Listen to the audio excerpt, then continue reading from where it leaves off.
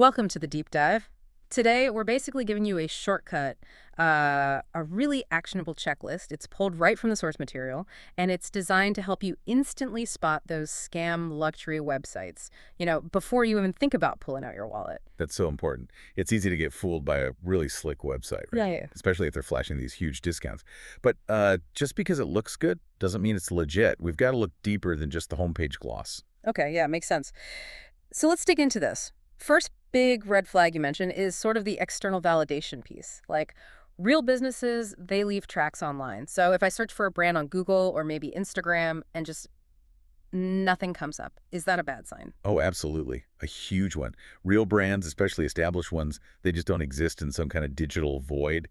That complete lack of a footprint on social media or even YouTube, it strongly suggests it's a temporary setup, probably a scam, and this connects right to their identity. You really need to scroll down and check that website footer. Footer. Okay.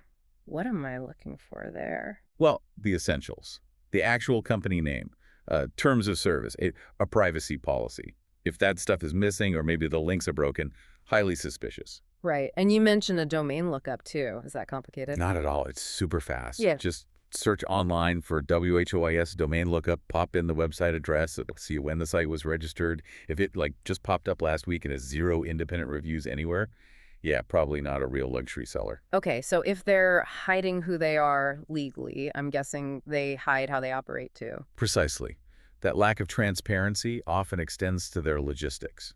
They might promise delivery, but give you absolutely no way to track it. No warehouse info, no courier details. Established brands just don't operate like that. They want you to see the process. Got it. So identity is shaky. Let's pivot to the products themselves. We need to get a bit cynical about the images you were saying. Yes, definitely. Look really closely. Are the pictures kind of blurry? Do you see faint watermarks from, another company, maybe? Or is the lighting totally inconsistent across different products? Scammers often just seal images. They don't bother with quality control. It's all about minimum effort. Huh. Minimum effort, maximum profit, right?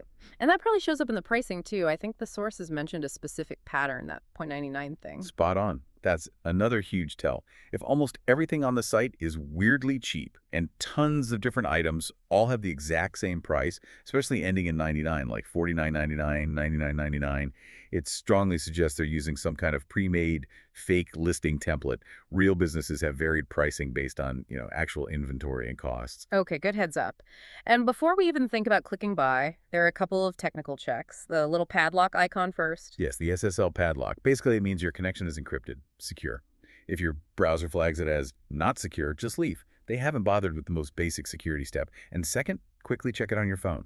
Ah, the mobile experience. Why is that important? Well, a lot of these scam templates, they just don't work well on mobile. They might look glitchy, buttons might not work. It just feels unprofessional. It's another sign of low effort. Okay, that leads us right to the checkout. If the site seems really pushy, like buy now, limited time, or it suddenly redirects you to some weird-looking payment page, that sounds sketchy. Extremely sketchy and dangerous, those weird redirects.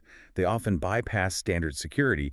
It's a way for them to potentially just steal your credit card or bank details directly.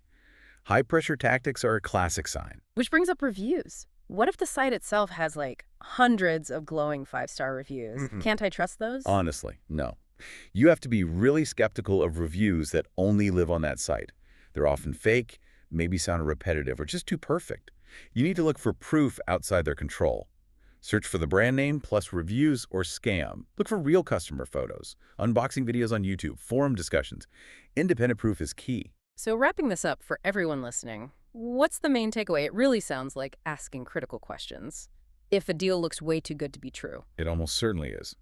If you connect all these dots, the missing online presence, the dodgy images, the weird prices, the lack of real reviews, the common thread is a total lack of verifiable proof. Whether it's corporate proof, operational proof, or customer proof, legitimate businesses just can't hide that much foundational stuff. Right. Okay, so here's something to mull over. Think about a luxury site offering rock-bottom prices. Then imagine finding their returns policy buried deep, full of confusing legal language that makes returns almost impossible. Ask yourself, who does that complicated, hard-to-use policy really protect? Definitely something to consider next time you're tempted by an amazing deal online.